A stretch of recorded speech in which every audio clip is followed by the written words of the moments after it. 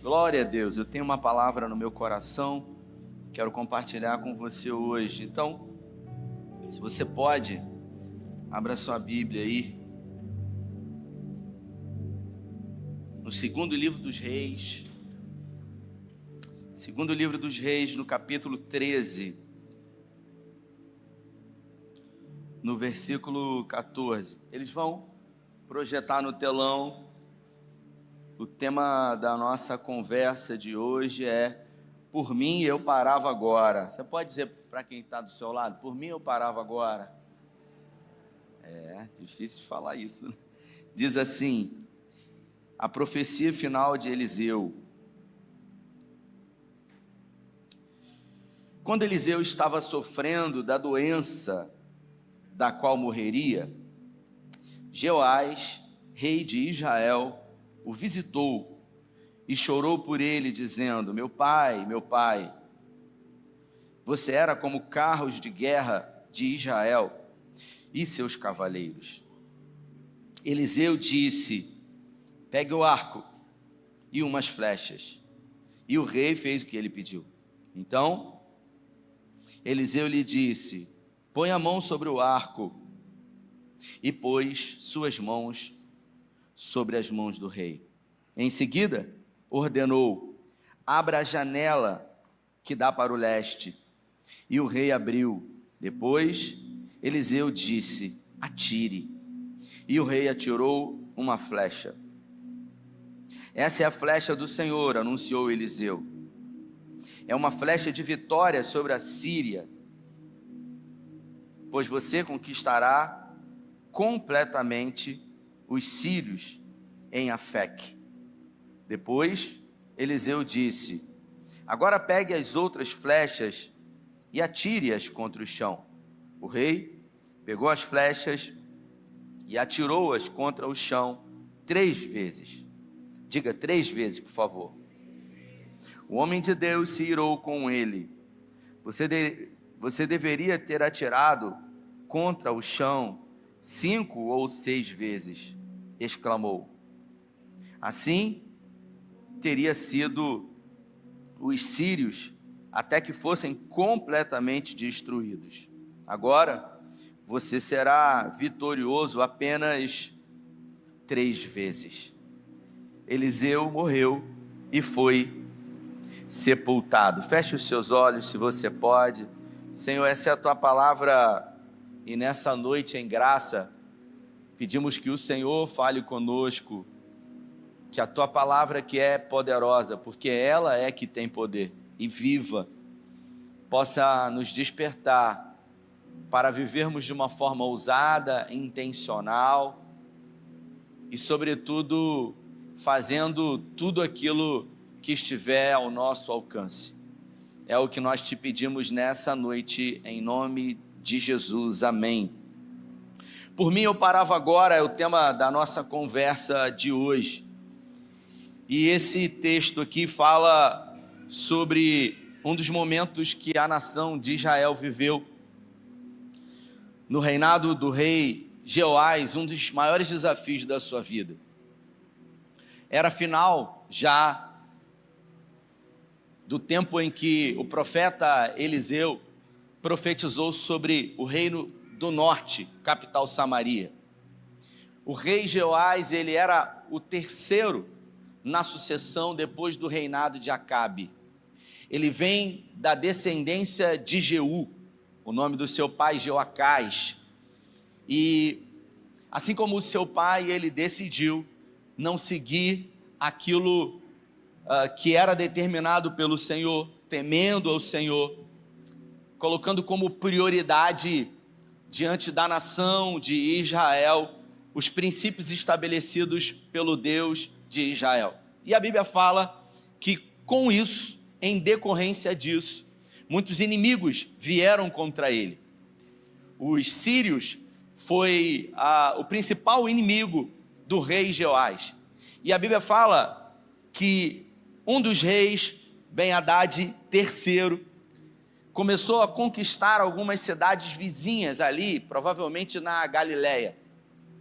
E estrategicamente, ao perder essas cidades vizinhas, ele percebeu que, por não estar totalmente no centro da vontade de Deus, e sobretudo, os sírios com sede de conquistar totalmente o território de Israel, ele precisou então buscar forças e contra-atacar, fazendo aquilo que deveria ser feito, buscando então a presença do profeta Eliseu. Eliseu tinha 100 anos de idade nessa época, estava padecendo de uma enfermidade que levou à sua morte. Eu aprendo com isso que, mesmo sendo um homem de Deus, mesmo sucedendo o maior profeta do Antigo Testamento, chamado Eliseu, mesmo realizando o dobro dos milagres que Elias havia realizado, Eliseu, nos seus últimos dias de vida, ele foi acometido de uma enfermidade que levou ele à morte. Essa enfermidade alcançou o corpo de Eliseu, mas não alcançou a fé de Eliseu, não alcançou a mente de Eliseu, pois ele permaneceu inabalável nesses quesitos.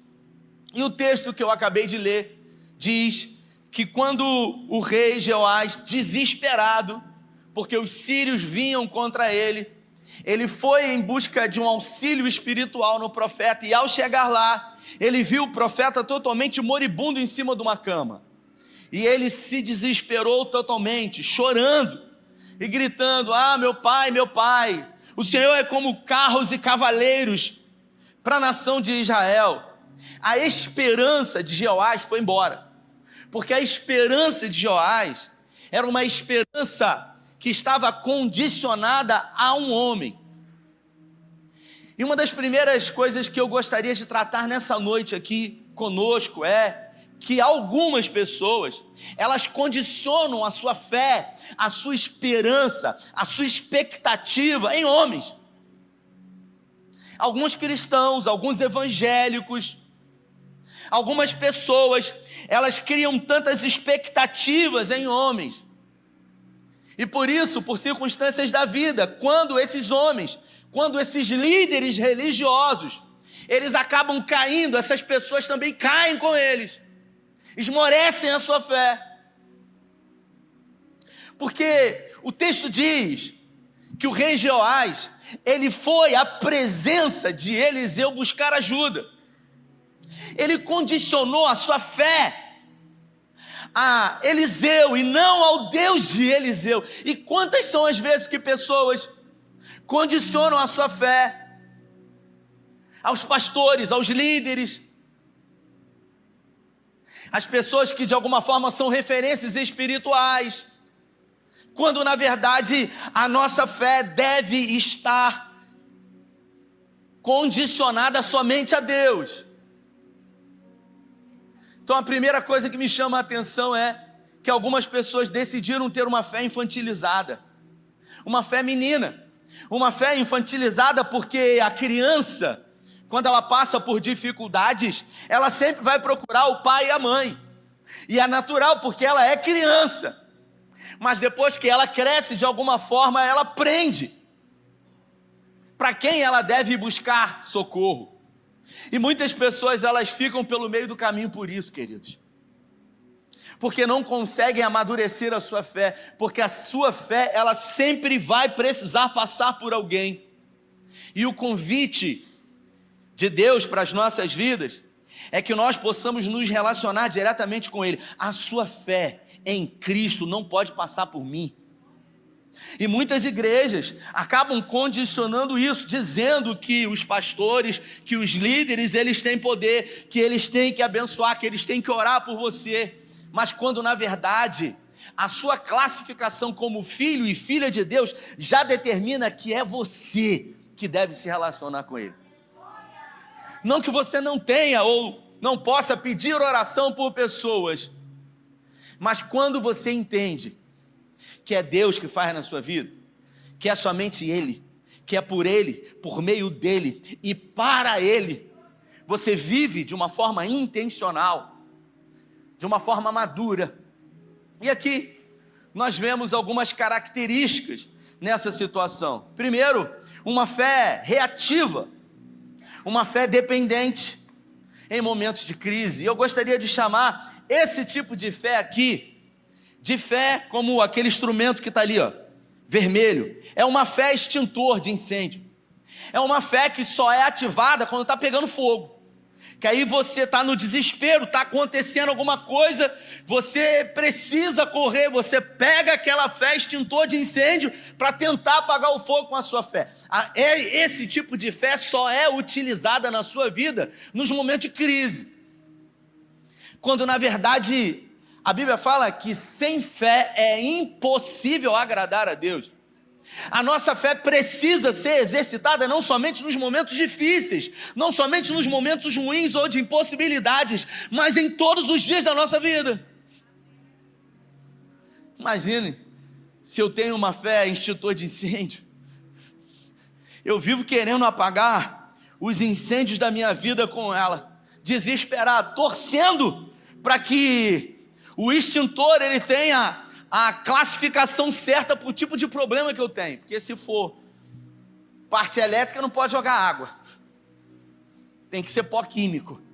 E a gente vai percebendo com isso que a jornada, que a caminhada existencial aqui vai sempre exigir de nós mais fé, mais perseverança, mais constância, mais ousadia, mais determinação. Vai depender de você, querido, porque uma coisa é a salvação. Diga, uma coisa é a salvação. E outra coisa totalmente diferente é a forma como você vai viver aqui na terra até que a salvação chegue. Porque você pode viver aqui na terra de uma forma mediana, de uma forma média, de uma forma medíocre. Ou você pode viver aqui na terra de uma forma extraordinária, de uma forma sobrenatural. Mas para isso, querido, vai depender sempre de você. Porque, por isso que Deus disse lá em Deuteronômio: eis que eu ponho diante de vós a bênção e a maldição. Eu gostaria que vocês escolhessem a bênção, mas são vocês que vão escolher. Observe que todas as vezes que Deus se relacionou com o homem, dando a ele uma missão, Deus deu também para ele uma direção e um comando. Quando Deus colocou o homem no jardim, Deus disse lá no original para Adão: governe, né? No original traz a ideia de política, de governo, porque politiqueis, que é o mesmo que governai. Deus fala para ele: governe sobre todas as coisas. Só havia Adão ali, e Deus disse para Adão: Adão, governe. E na vida, ou você decide governar, ou naturalmente você será governado pelas circunstâncias. Porque ou você decide, ou alguém vai decidir por você. Porque não existe espaço vácuo, vazio na vida. Se você não decidir, você já decidiu. Porque quem não decide já decidiu, querido. Entende? Não, eu vou esperar. Você já tomou uma decisão. E nós precisamos entender aquilo que nós queremos. Domingo próximo, eu vou pregar uma mensagem sobre a retrospectiva 2025. E se você pudesse nesse momento ser sincero, olhando para esse ano de 2025, de janeiro para cá, eu tenho certeza que se você pudesse voltar atrás, muita coisa você faria diferente. Muita coisa você, se tivesse a oportunidade, iria corrigir. E isso é natural, mas é impossível também. Mas a pergunta relevante nisso é: será que você aprendeu com isso? Será que com os erros que você cometeu nesse ano de 2025, você aprendeu com eles? Porque, queridos, nós sempre vamos errar. Diga para quem está do seu lado: você sempre vai errar. E nós não estamos impedidos de errar, porque a gente sempre vai errar, querido. A Bíblia fala que enquanto estivermos olhos, nós pecaremos. Enquanto estivermos aqui na terra, a gente vai pecar. Então, o problema não tem a ver somente com o pecado. Não é o pecado que leva ninguém para o inferno. Tem gente que acha que é o pecado que leva. A Bíblia fala que o sangue de Jesus nos purifica de todo De todo o quê? Então o que leva o homem para o inferno? É a iniquidade. Porque quando o pecado é um acidente na sua vida, quando o pecado é um errar do alvo na sua vida, você está dentro de um processo. Agora, quando você provoca, premedita, arquiteta o pecado, o problema é esse. E foi exatamente o que aconteceu com Jeoás, porque ele estava longe do Senhor, e quando o negócio apertava, ele não corria para Deus, ele corria para o profeta de estimação que ele tinha. Ele condicionava a sua fé ao profeta de estimação. Ele tinha uma fé infantilizada, mesmo conhecendo Deus, e mesmo sabendo todos os feitos desse Deus. E se a gente pegar uma correlação entre Jeoás e Eliseu, a gente percebe que desde o início, do momento em que Eliseu, ele é chamado, e Eliseu foi chamado exatamente quando o avô de Jeoás foi chamado. Porque Elias pediu para ir embora. Elias pediu para pegar o chapéu e ir embora, hein? Ele falou, eu quero pendurar o meu cajado, falou para Deus. E Deus falou assim para Elias, Elias, meu filho, eu tenho tanta coisa para fazer com você. Ele, não, mas eu não aguento mais, é muita luta, é muita dificuldade. É um mimimi. É aquele mimimi, sabe? Porque quando que vai ser fácil? Tem gente que reclama para mim, pô, eu estou passando uma luta. Aí eu pergunto, o que na sua vida já foi fácil hoje? Fácil. Nada. E por que você acha que vai ser fácil agora? Se o poder de Deus se aperfeiçoou exatamente na nossa fraqueza, quanto mais nos colocamos fracos diante de Deus, mais Ele nos torna fortes nele. E aí a Bíblia fala que Eliseu, ele foi chamado exatamente quando Elias pediu para ir embora. Deus insistiu, Eli. Aí ele, eu não quero. Deus falou, tá bom, não vou insistir com você, cara. Sabe, quando na sua vida era para você fazer muito mais. Sabe quando Deus tinha muito mais para você, mas pela pressão, por circunstâncias, por covardia, por medo, você se acovardou, por falta de atitude. Foi o que aconteceu com Elias.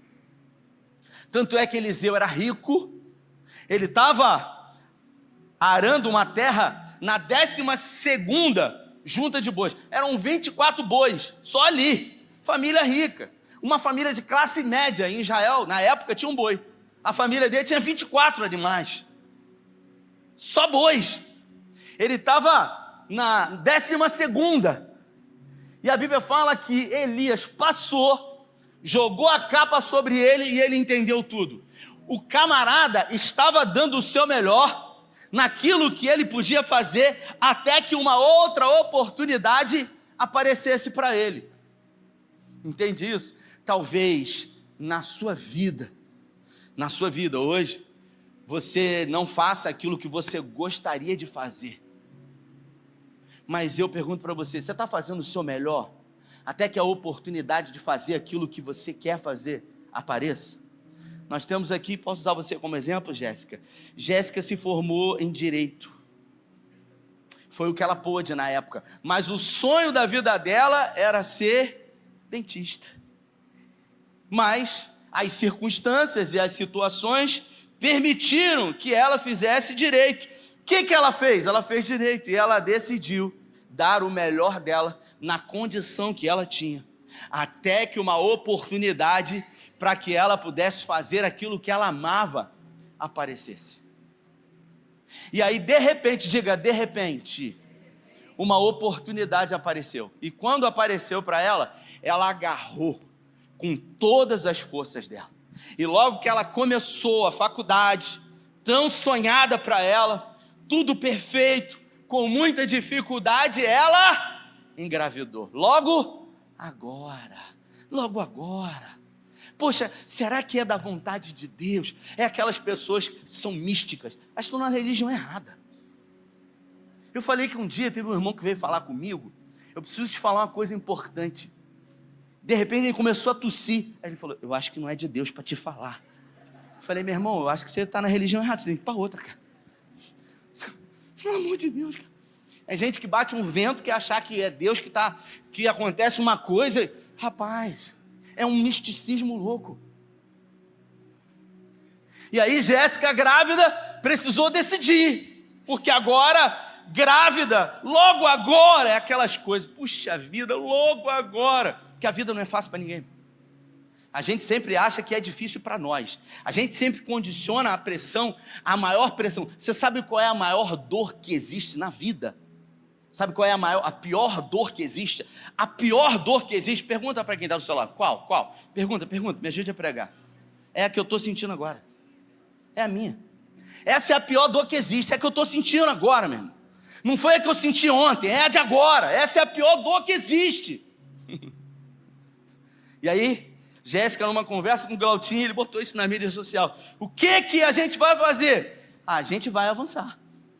A gente vai prosseguir. Nós vamos permanecer. Mas agora, Gravi, porque se você começar a criar dificuldades,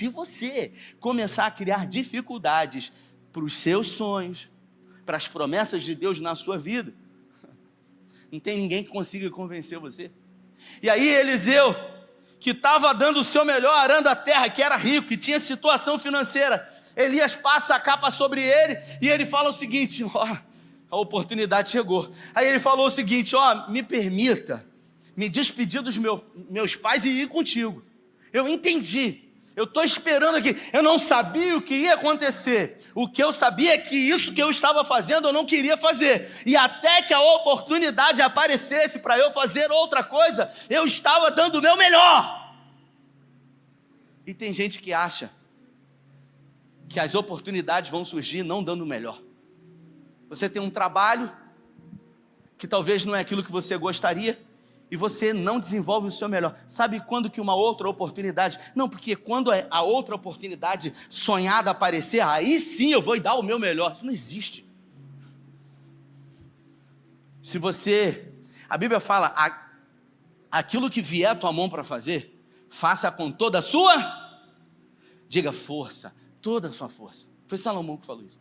Aquilo que vier a sua mão para fazer, você faça com todo o seu coração, com toda a sua força, com todo o seu foco, com todo o seu entendimento, porque para onde você vai, lá você não vai precisar empreender esforço, fé, nem nada disso.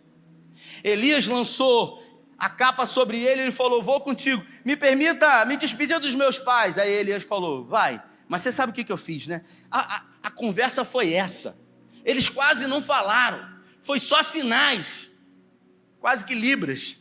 E aí, de repente, ele foi, se despediu, e aí, sabe o que ele fez? Ele pegou os bois que ele tinha, Eliseu, que era o plano A da vida dele, que era, sabe, tudo que ele tinha, ele matou e ele fez um churrasco.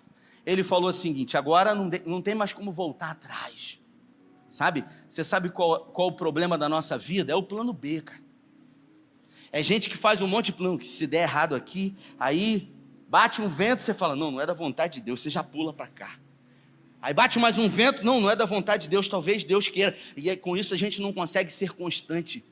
A gente não consegue avançar nos processos da vida. Porque, como Glautinho falou, quem planta, colhe.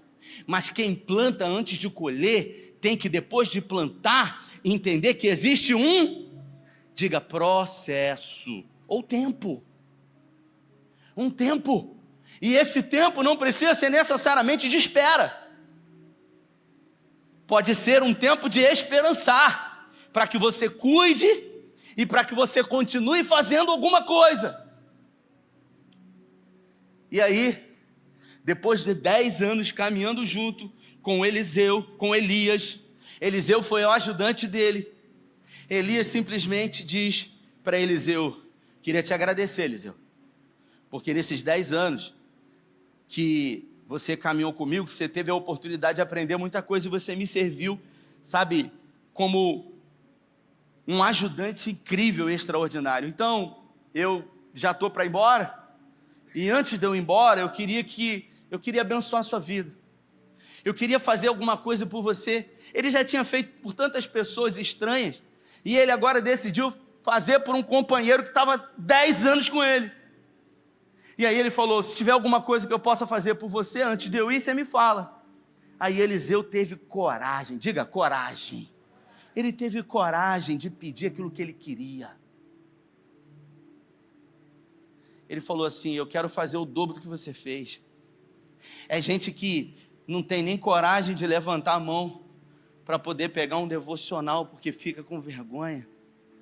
Um dia eu estava lá em casa, aí eu perguntei para uma pessoa que estava lá, e tinha uns picolé que a gente compra aí nesse Esquimó.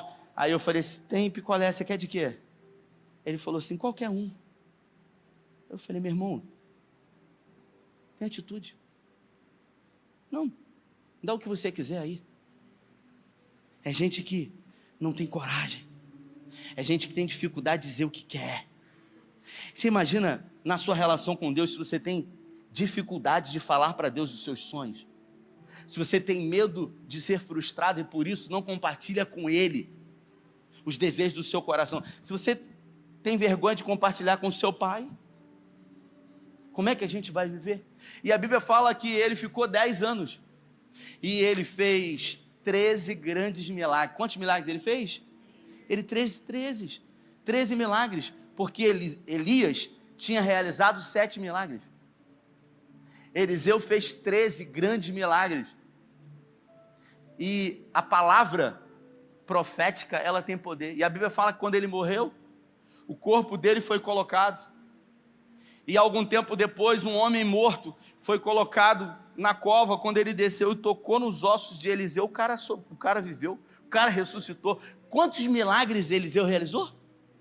14. Porque depois de morto ele realizou o 14º. Isso tem a ver com decidir viver aquilo que se quer. Se Deus quiser, 2026 vai ser diferente. Não, crê em Deus Pai. Se der tudo certo, em nome de Jesus, vai ser a mesma coisa ou pior.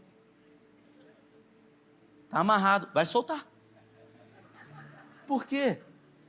Porque tem a ver com atitudes, tem a ver com posicionamento. Se a luta vem, você corre dela, você vai crescer quando? Os gigantes na vida de Davi serviram para levá-lo sempre para um outro nível. Golias, que foi o maior gigante que ele enfrentou, promoveu Davi. E quantos gigantes que vieram na sua vida para promover você? E você decidiu fugir desse gigante.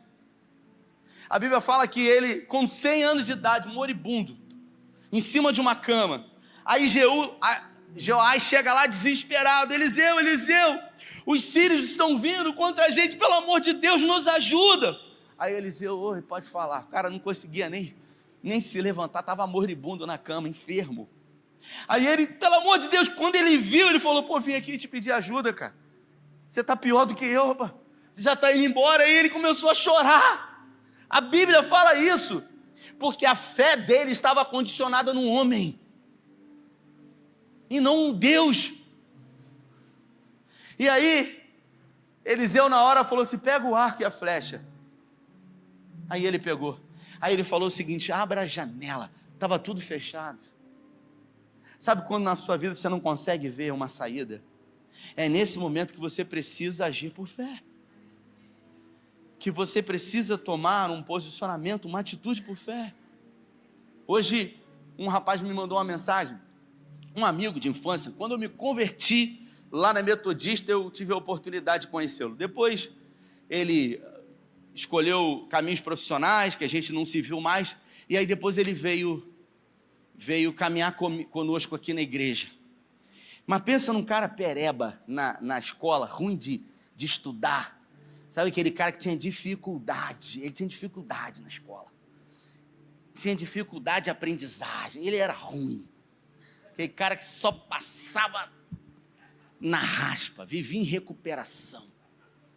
Aí ele veio para cá e falou assim para mim: vou fazer prova. Ele estava terminando a faculdade de Direito. Aí falou para mim assim: vou fazer prova para delegado.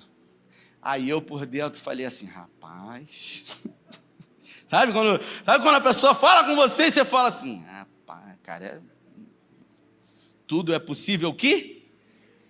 Aí o cara procurou o pastor para receber um incentivo. Não vou ser ladrão de alegria do cara, mas na hora eu falei: sangue de Jesus, meu irmão. E aí eu fui e falei para ele aquilo que eu tinha lido no livro do William Douglas.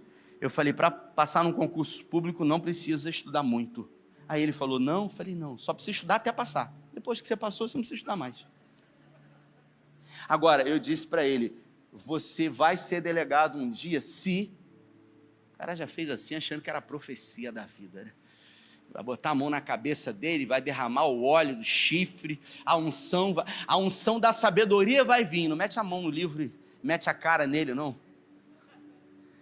E eu falei, você só vai passar se você entender que mesmo nas primeiras provas não passando, não desistir. E aí ele começou, fez a primeira, não passou. Fez a segunda, não passou. Fez a terceira, aí aquela coisa, fiquei por pouco, né? Só faltou 50, se 50 não fosse eu entrava. Falei, está chegando perto, vamos animar o irmão. E chegou um momento que ele falou, cara, está muito difícil, eu estudo cronometrado, mas está muito difícil, está muito complicado. Aí ele passou uma, ficou na repescagem e não conseguiu. E de vez em quando ele vinha, a gente tomava um café, e aí eu perguntava para ele, vai desistir? Vai recuar? Vai voltar para a antiga profissão? Porque Eliseu resolveu cortar as pontes com o passado. Ele pegou os bois e ele fez um churrasco. Ele falou, agora não tem mais plano B. Meu plano A, diga meu plano A. Perdão, diga meu plano B. É fazer o plano A dar certo. É isso. Meu plano B é fazer o plano A dar certo. E aí hoje ele me mandou uma mensagem, ele já tinha me falado, hoje ele me mandou uma mensagem com a publicação e com um distintivo, dizendo, já sou um delegado. E eu escrevi para ele, eu mandei um áudio para ele, eu me lembro que por algumas vezes, a gente tomou café, e você achou que não ia conseguir, e você achou que não era para você, e eu confesso para você que eu também achei, porque você era ruim na escola.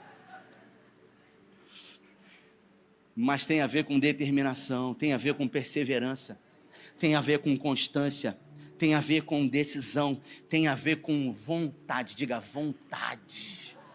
Porque quando a gente decide, nada é impossível àquele que crê.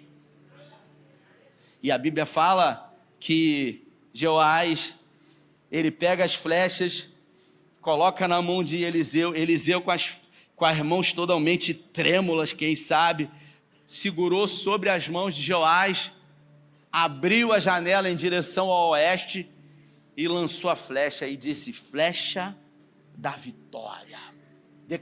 Declarou uma palavra profética para ele, essa é a flecha da vitória. Aí ele, aleluia, oh glória, falou igual o Glautinho, aleluia. Eu falei com Jéssica hoje, né? Encontrei com ela ali, se formou hoje. Quando foi a formatura, Jéssica? Vai ser em janeiro, né? Mas já acabou, né? Graças a Deus, 5 anos. Aí eu falei, passou rápido, né? Só que se há 5 anos atrás ela não tivesse decidido, hoje ela estaria fazendo aquilo que ela sempre fez e não amava fazer. Então tudo tem a ver com uma decisão, porque o tempo sempre vai passar. Resta saber de que forma que você quer que ele passe na sua vida. Em direção a uma promessa, a um sonho, ou simplesmente reclamando, clamando várias vezes, murmurando e questionando Deus, a sorte, o universo, e dizendo que na sua vida tudo é tão difícil, na vida de quem é fácil. E aí ele diz, flecha da vitória, e ele falou, amém, você vai vencer os sírios, você vai vencer Ben-Hadad III. Aí Eliseu falou o seguinte agora, pegue as flechas e golpeie com elas no solo. Aí ele pegou as flechas, ficou olhando para Eliseu, aí bateu uma, bateu duas, bateu 3, aí se levantou. Aí Eliseu falou assim, que falta de vontade é essa? Por que você não golpeou com fé? Porque se você desse o seu melhor, a vitória seria completa. É gente que, sabe, vive uma vida meia boca. É gente que, ao invés de se entregar totalmente naquilo que acredita, fica esperando as coisas acontecerem. Não, eu estou vendo aí. Se você esperar o melhor momento, a melhor hora, tem um texto na Bíblia que fala, quem fica observando o vento nunca planta nada. Quem fica olhando para as nuvens nunca vai colher nada. Foi Salomão que disse isso. E aí Eliseu falou para ele: por causa da sua falta de determinação, por causa da sua falta de comprometimento, a sua vitória será parcial. Eliseu morreu, e Jeoás venceu os sírios por 3 vezes, e depois foi derrotado por eles. A gente entende que a vida, ela vai se apresentar para nós de uma forma difícil, com impossibilidades. É como, sabe, uma linha embolada que você pega ela, é como um quebra-cabeça que por muitas vezes eu monto com os meus filhos, e aí a gente começa a montar, a primeira coisa que vem na minha cabeça: tá faltando peça aqui, não é possível. Eu falo, essas crianças já sumiram, já comeram essas peças aqui. E aí eu começo, e aí a gente começa a perseverar. E aí daqui a pouco, com muita dificuldade, as coisas vão começando a se encaixar, as peças vão aparecendo, a nossa mente vai clareando, e pouco a pouco a gente vai acertando, até que tudo parece, sabe, se tornar possível. A euforia vem, a fé, ela assume o controle, e a gente tem a vitória. Mas para isso, você vai precisar decidir se você vai dar o seu melhor, ou se diante do que você está vivendo, por mim, eu até parava agora. Por mim eu parava agora. E aí eu pergunto para você, talvez por você até parava agora, mas é por você que você está lutando? Ou pelos seus filhos, pelo seu casamento? Você já desistiu de acreditar que tudo é possível aquele que crê? O meu sogro sempre dizia para mim: não existe, Rafael, impossibilidade humana para uma fé condicionada a um Deus Todo-Poderoso. Eu nunca mais esqueci. Ele disse para mim: Rafael, não existe impossibilidade humana para uma fé quando ela é condicionada a um Deus Todo-Poderoso. E eu decidi acreditar nisso, porque assim, como cristiano, eu era tão ruim quanto ele na escola, rapaz. E eu falava, cara, eu sou burro. Eu contei isso aqui, tem um irmão aqui da época da escola, que ele vem aqui, quando chegava na hora da prova eu perguntava: e aí, estudou? Aí ele falava assim, mais ou menos. Aí eu tirava a nota vermelha, e quando vinha as notas dele 8, eu falava assim, cara, eu sou muito burro. E eu acreditava nele. Até que eu fui para a faculdade, e quem pagava a mensalidade era eu. E eu tinha que estudar para não pagar 2 vezes. E quando a nota vinha, eu falava assim, rapaz, sou eu mesmo aqui, cara? Que doideira, hein? Será que eu sempre fui superdotado e eu não sabia? Não, eu só passei a estudar. Eu só passei a me comprometer comigo mesmo. E aí eu pergunto para você, caminhando para o final: você tem se comprometido com os seus sonhos? Você tem se comprometido com as promessas que Deus tem para você? Ou você tem vivido uma fé infantilizada, que todo culto você vem aqui pedir oração? Ora por mim. Você quer que as pessoas, você quer se apoiar na fé das pessoas ao invés de acreditar no Deus da vida das pessoas? Porque você é filho e você é filha. Um testemunho que eu sempre conto: um dia eu fui num monte com um irmão, muitos anos isso. A gente foi num monte, e aí foi a primeira vez que eu fui com esse irmão lá. E quando a gente estava lá nesse Monte Celeste, muitos anos isso, aí a gente estava lá no monte, o irmão virou para mim e falou assim: pô, pastor, queria que o senhor orasse por mim. Aí eu falei, amém. E a gente estava lá, tinha um irmão com violão e tal. Aí eu senti um negócio no meu coração assim: não ora por ele. Eu falei, pô, isso é o diabo, né? Como é que o pastor não vai orar pelo cara no monte? Mas sabe aquela coisa que é sendo no seu coração: não ore por ele, não ore por ele. Aí eu falei, rapaz, que doideira. Aquela coisa, não ore por ele, não ore por ele, não ore por ele. Eu falei, rapaz, que doideira é essa? Como é que eu não vou orar pelo cara? Que loucura é essa? E aquilo no meu coração, sabe?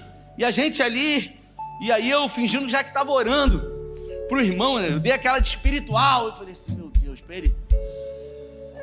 E aí de repente eu falei, vamos ali comigo. Eu comecei a caminhar assim, saindo do meio do pessoal com ele. E aí eu contei uma história para ele. Veio na hora na cabeça, coisa de doido. Falei para ele assim, imagina que você tem... Ele tinha um filho, tem um filho, né? O menino tinha 7 anos na época. Falei, imagina que seu filho está na escola. Falei para ele. Aí o seu filho está na escola, que é perto da sua casa. Aí acontece um problema lá na escola. Aí o seu filho liga para você desesperado. Aí fala assim, pai, aconteceu uma coisa aqui na escola, pai. Terrível, pai. Aí você fala, meu filho, o que houve, meu filho? E eu contando pro cara isso lá no monte. Aí o teu filho fala assim para você, pai, eu vou te contar em casa. Eu tô indo para casa. Aí você fala, tá bom, meu filho, vem para cá. Aí você tá esperando no portão. Você tá tão desesperado, teu filho tá chorando. E eu contando para ele com o olho arregalado desse tamanho. O que aconteceu com meu filho, pastor? Falei, eu tô te contando a história. Aí o seu filho vem com o melhor amigo dele da escola. Melhor amigo. Podia ser até o pastor dele. Mas era o melhor amigo dele. Eu falei, é o melhor amigo dele. Aí de repente chega em casa o seu filho, então pai. Aí o melhor amigo dele fala assim, deixa que eu vou falar. Aí eu perguntei para ele, você vai querer ouvir quem? Se fosse você, você queria ouvir quem? Pergunta para quem está do seu lado, quem você queria ouvir? Quem? Você vai ouvir quem? E por quê? Por quê? Porque é o que é seu? Porque é seu filho. E por que você acha que Deus quer ouvir alguém? Diga para quem está do seu lado, Deus quer ouvir você. Diga, porque você é filho. Diga. Se coloque de pé em nome de Jesus. Se existe alguma coisa na nossa vida que a gente não pode ter moderação, é fé. Não creia com moderação. E tem gente que tem uma fé moderada, que tem uma fé circunstancial, que tem uma fé na derrota. Até tem fé, mas na derrota. E não adianta somente ter fé, porque a fé, ela precisa também ter atitude, porque a Bíblia fala que a fé sem obras, ela é morta. Então não basta ter fé. Se Deus quiser e você fizer acontecer, tudo é possível ao que crê. Então creia, não desista, se posicione, seja ousado. Não tenha uma fé moderada. Acredite. Feche os seus olhos. Se você veio aqui nessa noite e você precisa, de alguma forma, sabe, essa palavra foi para você e você precisa de um divisor de águas na sua vida. Eu creio que, sabe, você está a um passo de decidir do lado de dentro para que tudo mude do lado de fora. Porque as coisas não vão mudar do lado de fora enquanto não mudarem do lado de dentro. Porque é dentro de você que precisa começar. Porque tudo começa dentro. Eliseu, com 100 anos de idade, tinha mais disposição, ousadia e fé do que um jovem rei no início da sua jornada de reinado. Não tem a ver com idade, não tem a ver com posição, não tem a ver com influência, não tem a ver com o nome que você tem, porque Jeoás quer dizer aquele que Deus entregou. O nome dele era totalmente propício, mas ainda assim ele não teve atitude.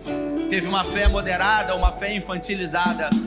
Mas se é com você que o Espírito Santo está falando, e se você precisa nessa noite, de alguma maneira, eu queria convidar você a vir aqui à frente. Eles vão adorar o Senhor, e eu queria que você saísse do seu lugar. Poxa, mas eu preciso ir aí à frente. Talvez esse pensamento revela que você quer sempre as coisas do seu jeito, da sua maneira, e não do jeito em que precisa. Sai do seu lugar em nome de Jesus. Mais uma vez, feche seus olhos. Pai, em nome de Jesus, nós queremos te pedir que essa palavra, ela penetre no fundo da nossa alma, Deus. Nós queremos declarar que mesmo que as circunstâncias digam que não, mesmo que os nossos olhos não consigam ver, o Senhor vai nos fortalecer. Renova o vigor daquele que está cansado, Pai. Pega na mão daquele que já não tem mais força para caminhar, Deus. Aquele, Pai, que enfrenta um cenário totalmente difícil, adverso, uma perda, Pai. Eu quero te pedir que nessa noite o teu Espírito Santo venha acalentar o coração e mostrar que mesmo que seja um tempo difícil, ela não está sozinha. Eu quero declarar em nome de Jesus uma nova medida de fé sendo derramada sobre a sua vida hoje. Eu quero orar em nome de Jesus e declarar que hoje os seus olhos vão novamente contemplar as promessas de Deus. Que hoje a sua atitude de fé vai te levar para mais perto do Senhor. Pai, em nome de Jesus, nós declaramos que o Senhor fará aquilo que é impossível. Nos leve para os nossos lares em paz. Que essa palavra germine em nosso coração e que nós possamos ver tudo aquilo que o Senhor prometeu se tornar real. E eu oro em nome de Jesus. Vai na paz, que Deus te abençoe e que Ele esteja com você em todos os momentos da sua vida. Você que crê, recebe, eu te convido a erguer as suas mãos e dar a melhor salva de palmas ao Senhor.